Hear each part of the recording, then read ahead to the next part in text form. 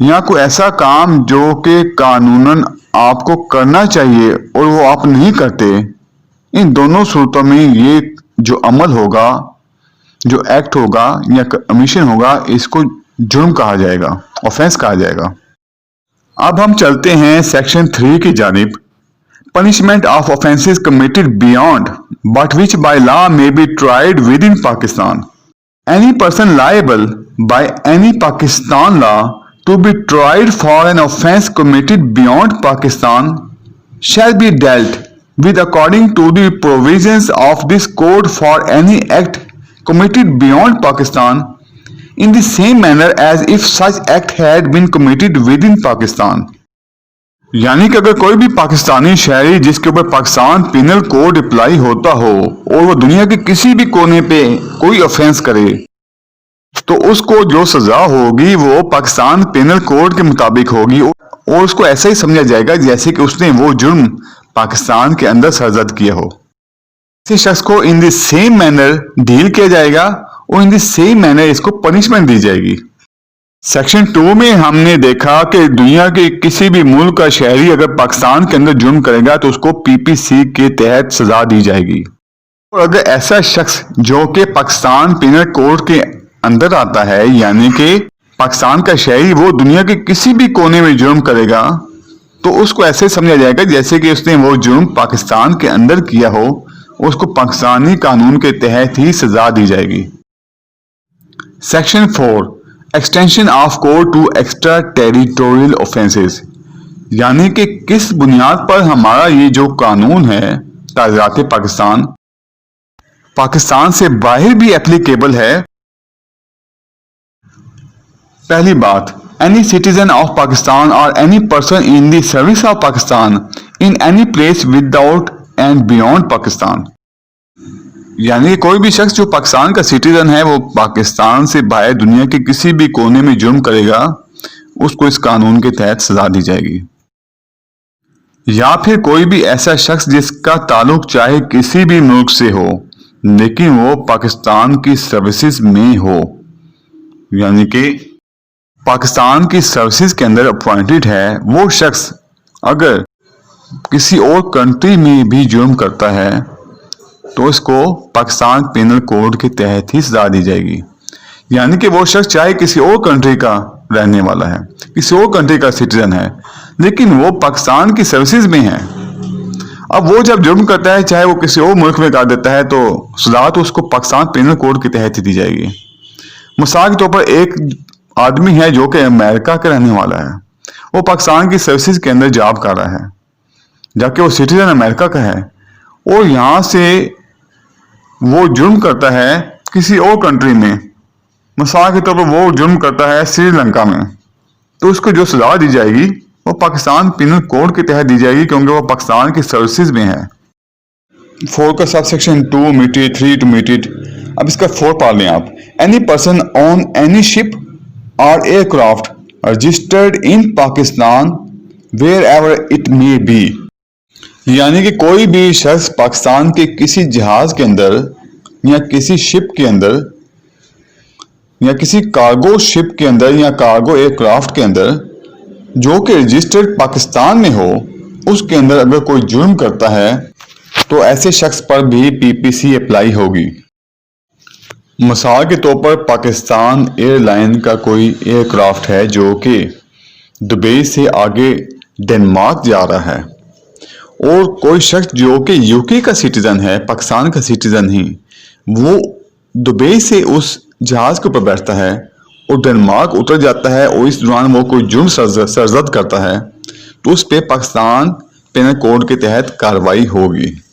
کیونکہ جو year craft تھا وہ پاکستان کے اندر رجسٹر تھا، چاہے وہ جہاں بھی موجود ہو۔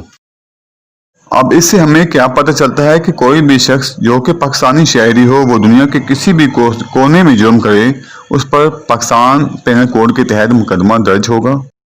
اور کوئی بھی ایسا شخص جو کہ پاکستان کی سروسز میں ہو اور وہ دنیا کے کسی بھی کونے میں جرم کرے اس پر پاکستان پینل کوڈ کے تحت مقدمہ درج ہوگا۔ یہاں کوئی بھی ایسا شخص جو کہ نہ پاکستانی سروسز میں ہو اور نہ ہی پاکستانی شہری ہو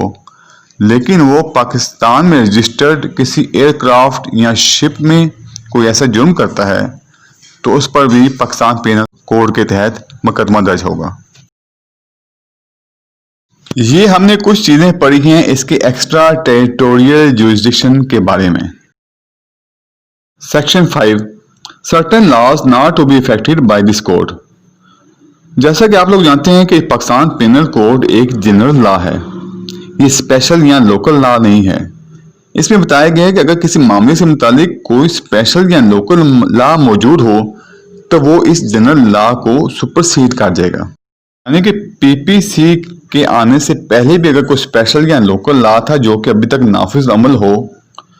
وہ اس کے پی پی سی کے بعد بھی اگر کوئی ایسا اسپیشل یا لوکل لا بنائے جو کہ نافذ عمل ہو تو وہ اس پی پی سی کو سپرسیڈ کر جائے گا اور اسی اسپیشل یا لوکل لا کے مطابق ہی سزا دی جائے گی۔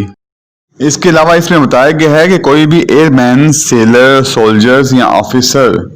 بغاوت کرتا ہے تو اس پر بھی پی پی سی کا اطلاق نہیں ہوگا۔ ویورز، ویڈیو دیکھنے کا بہت شکریہ۔ اگر آپ کو میری ویڈیو پسند آئی ہو تو پلیز لائک اور شیئر کر دیں، میرے چینل کو سبسکرائب کر دیں اور بیل آئیکن کو پریس کر دیں۔ اللہ حافظ۔